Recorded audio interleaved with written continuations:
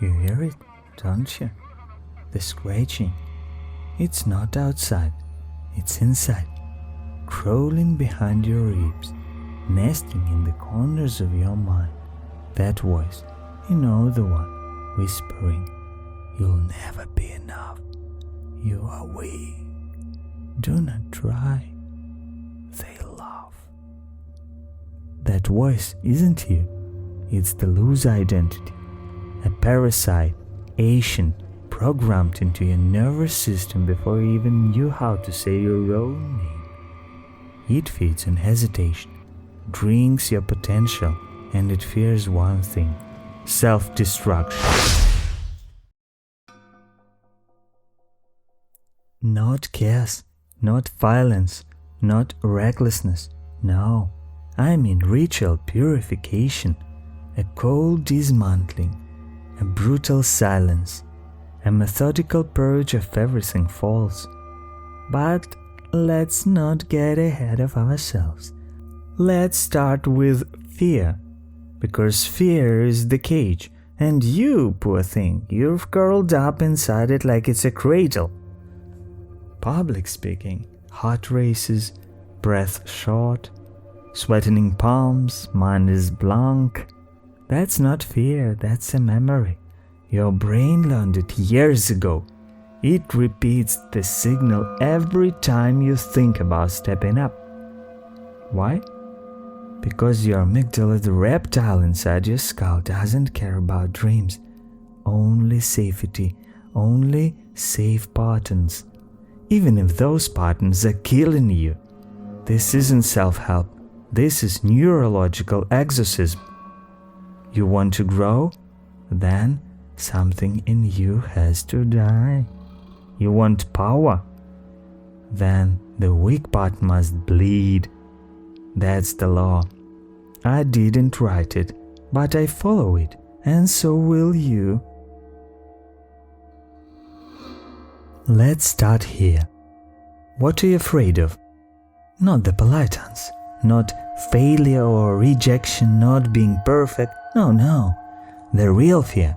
The thing that makes your stomach twist when no one's watching. Say it out loud. Name it. Feel how your throat tightens. That's where the demon lives. Right there. Now do the thing. Right now. Unprepared, unworthy, unequipped. That's the point. You think you need confidence first. You think you need skills, but confidence is the spoils of war, not the weapon. Real growth begins the moment you step into the fire, not with armor, but naked. I've watched humans chase productivity hacks like headless chickens, planners, apps, color-coded calendars, but their souls rot quietly beneath all that order. Why? Because the identity never changed. They're still whispering, "I'm fraud. I'm not worthy. I don't belong here." You cannot build a tower on a corpse. You must burn the bones. I've seen it. A girl who couldn't speak in class now lectures to hundreds. A man too scared to ask for help now leading others through storms, not because they read more books, but because they confronted the ritual. Self-destruction is not a breakdown, it's a sacrifice. It's waking up at 3 a.m. and staring your lies in the face, and choosing deliberately, trembling to act anyway. Scientific studies prove it. Fear doesn't vanish, it gets rewired. Neurons that fire together wire together. Every time you do the terrifying thing, even badly, you change the brain. The cage weakens. You chip the brick. One day, the wall collapses. You speak. You lead. You build. You dare. Not because the fear is gone, but because you've become something else. Not the voice in your head, not the scared little version of you that mom or teacher of life sculptured like a wax doll, but the real you, the one buried in ash, waiting. Listen, hear the breath between your thoughts. There is someone in there, stronger than your story, hungrier than your doubt. That is the self, not the mask, not the imposter, not the child, but the beast.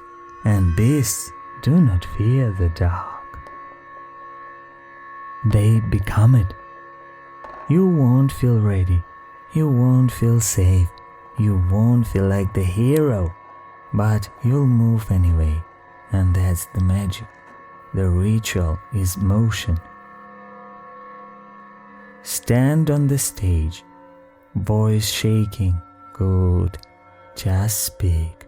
Write the business plan, even it's trash, even it's scribbled in tears. These are not actions, they are spells.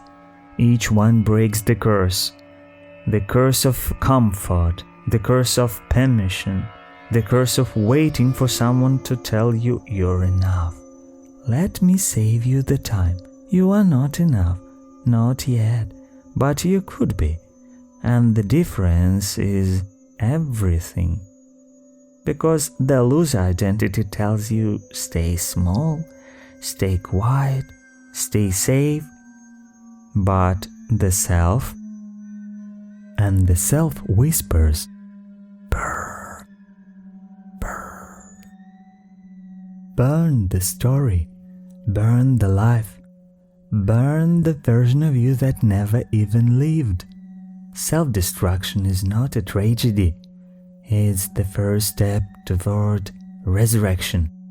What comes next is construction, but only if you've cleared the rubble. So take the hammer, smash the mask, smash the voice, smash the shell.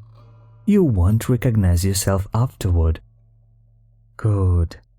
Now go, self-destruct, and begin again.